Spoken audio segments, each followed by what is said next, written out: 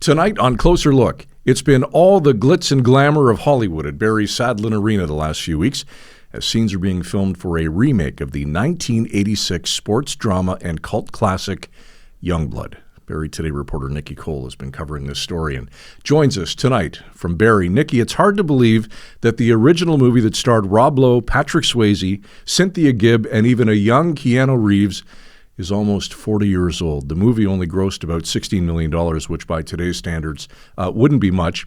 This version is more of an adaptation versus a reboot, according to Anthony Leo, one of the producers. What was his approach to this version of Youngblood?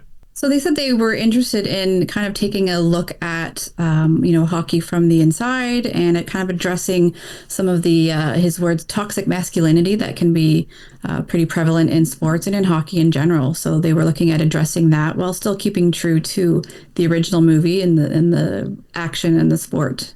So let's talk about that toxic masculinity. What specific elements of that does the film aim to explore, and how does he hope audiences will resonate with this theme? So the main character, is prompted to get into a lot of fights, right? And I know as a hockey fan, I was a big Ty Domi fan, and I enjoy a good hockey fight, but in the new version, they're looking at, does he really need to fight to be a good player? And so they're looking at addressing that specifically, and what it takes to make it in the big leagues. Nikki, how do you think audiences who have never seen the original film might connect with this new version?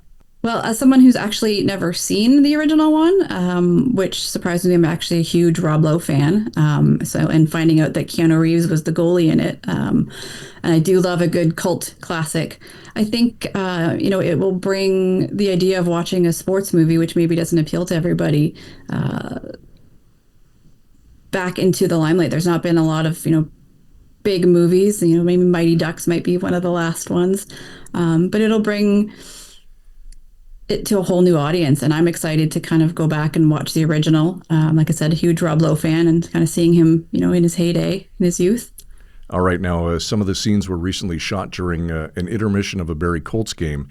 That had to have been challenging given the time constraints that the league gives in between periods, having to flood the ice, and of course, not to mention having a live audience.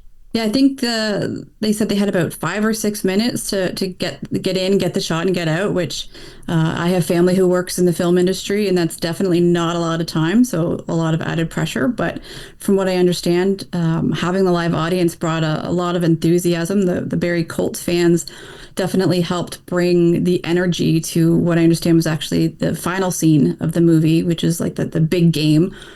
So it really put the pressure on the actors to make it feel real. And from what I gather, just from reading online social media posts, the audience really did get involved, and I think people are excited to possibly even see themselves on the big screen when it comes out. Yeah, and you'd certainly want to do it in one take, given that time constraint, unlike this show. What was it, Nikki, about the city of Barrie? How did the city and its community influence the atmosphere and authenticity of the film? And what made this location stand out during the scouting process when they were looking for a place to shoot? The folks involved with the movie, they were looking for somewhere that could portray a higher level team, a league. So while it's the team in the movie and the league in the movie isn't the actual OHL, that's sort of the level of play that they were looking to replicate. And there's not a lot of options, that are within a good distance to Toronto. And so Barrie was among them, and having the Colts and I guess having the fact that the Colts and the organization and Sadlon Arena have worked with film crews in the past and have always been open and helpful seem to really put the cherry on top. And from what I understand, it's been a great experience for cast and crew. Nikki, when can audiences look forward to seeing the new version of Youngblood in theaters? They are aiming for a fall 2025 release date.